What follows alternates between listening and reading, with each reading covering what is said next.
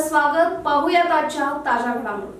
मांजरी ग्रामपंचायतीचे माजी सदस्य व युवा उद्योजक शीतल यादव यांनी आपला 41वा वाढदिवस निपाणी येथील स्तवनिधी संजीवनी अनाथ आश्रमात अनाथ मुलांसोबत साजरा करून सामाजिक बांधिलकीचे दर्शन घडवले। यावेळी त्यांच्या मित्रपरिवाराच्या वतीने आश्रमातील मुलांना गोड व स्वादिष्ट जेवणाची मेजवानी देण्यात आली। तसेच आश्रमाच्या व्यवस्थापनाकडे 10,000 रुपयांची आर्थिक मदतही सुपूर्द करण्यात आली। त्याचबरोबर गुरुकुलाचे संस्थापक परमपूज्य समतर महाराज यांच्या स्मारकासाठी लागणाऱ्या विटा देण्याचा अमूल्य संकल्पही यावेळी करण्यात आला। यावेळी शीतल यादव यांनी आपल्या मनोगतात सांगितले की वाढदिवस हा केवळ केक कापून साजरा करण्याचा दिवस नसून समाजाप्रती आपली जबाबदारी ओळखून गरजूंच्या चेहऱ्यावर आनंद निर्माण करणे अधिक महत्त्वाचे आहे। अनाथ मुलांसोबत वेळ घालवताना मला वेगळाच समाधानाचा अनुभव मिळतो। पुढील काळातही अशाच प्रकारे सामाजिक कार्यात सक्रिय राहण्याचा माझा प्रयत्न राहील।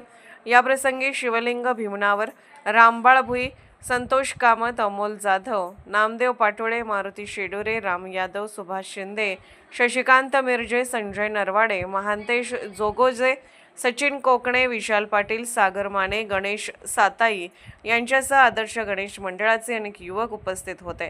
SB न्यूजसाठी इंगळीहून राजू कोळी। आणि या परिसराला भेट दिली, आपल्या गुरुकुलाच्या आठवणी ताज्या केल्या। ज्या गुरुकुलामध्ये ते शिकले, वावरले, त्या गुरुकुलचं स्वरूप जे चेंज झालेलं आहे त्याच्याबद्दल त्यांनी आनंद व्यक्त केला आणि सगळ्यांना शुभेच्छा दिल्या।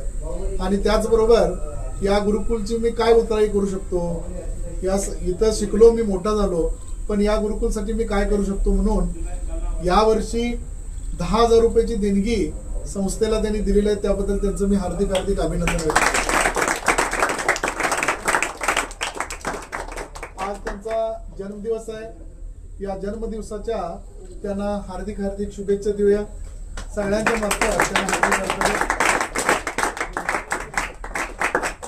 आणि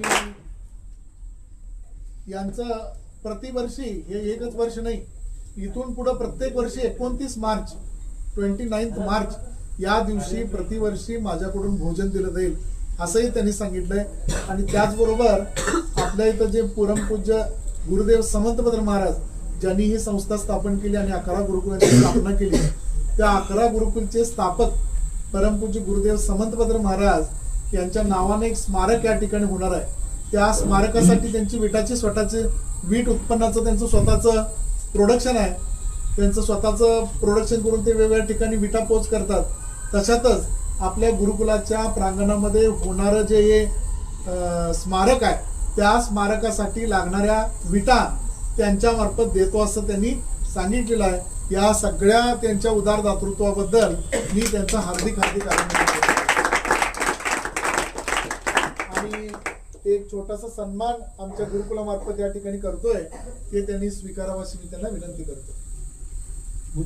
राजकीय, सामाजिक, आर्थिक असा सर्व घडामोडींचा आढावा पाहायला विसरू नका SB न्यूज चॅनल आणि नक्कीच सबस्क्राईब करा।